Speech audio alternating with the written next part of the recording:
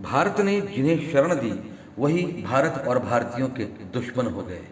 भले ही देश का बंटवारा हिंदू और मुसलमान के नाम पर हुआ था, लेकिन भारत के बहुसंख्यक हिंदुओं ने पुरानी बातों को भुलाकर शांति और समृद्धि के लिए 30% मुसलमान भाइयों को गले लगाया और उन्हें निर्भय होकर जीने की आज़ादी ही नहीं दी, बल्कि भारतीय संविधान में इनके हित की बातों को भी खास जगह दी।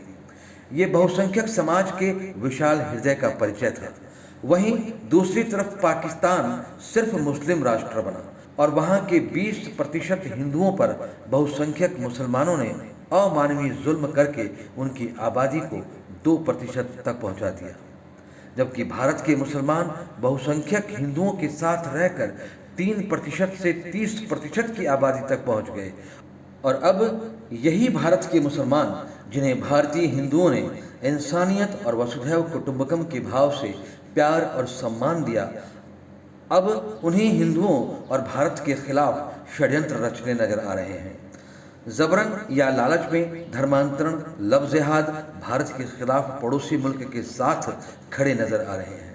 जबकि सिर्फ आबादी बढ़ाने में लगे ये लोग तरक्की को तवज्जो नहीं देते हुए अशिक्षा को बढ़ावा देते हुए भ्रमित जीवन जीने को मजबूर हैं। इनमें अब्दुल कलाम और पटना के खान सर जैसे राष्ट्रभक्त बहुत कम रह गए हैं।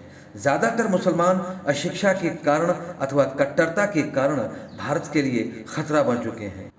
अंदर ही अंदर बुरी विचारधारा रखने वाले ये लोग वर्षों से ही नहीं, देश की आज़ादी के बाद से ही ये षड्यंत्र की चाल चल रहे हैं।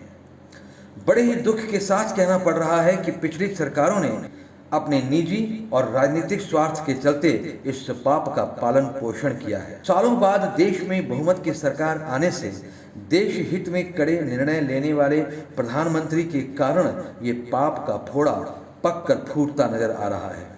अब इसका इलाज बहुत जरूरी है। भारत में शांति बनाए रखने के लिए और भी कड़े निर्णय लेने की घड़ी आ गई है। यही वक्त है जब देश का बहुसंख्यक समाज जात पात ऊंच नीच के भाव को छोड़कर एक हो जाए।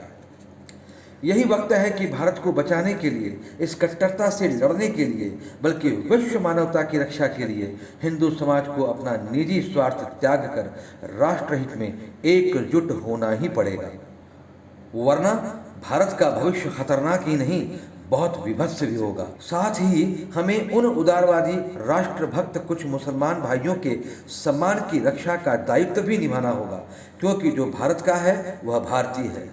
फिर वह हिंदू हो या मुसलमान अथवा यहूदी या ईसाई, हम सबको अपने अपने निजी धर्म से पहले राष्ट्र धर्म को प्रथम मानना होगा। धर्मनिरपेक्षता की रक्षा करते हुए देश में राष्ट्रद्रोहियों और इंसानियत के दुश्मनों को सख्त से सख्त सजा देनी ही होगी, ताकि राष्ट्रद्रोह के बारे में सोचने से भी इनकी रूह कांप जाए। जय हिंद।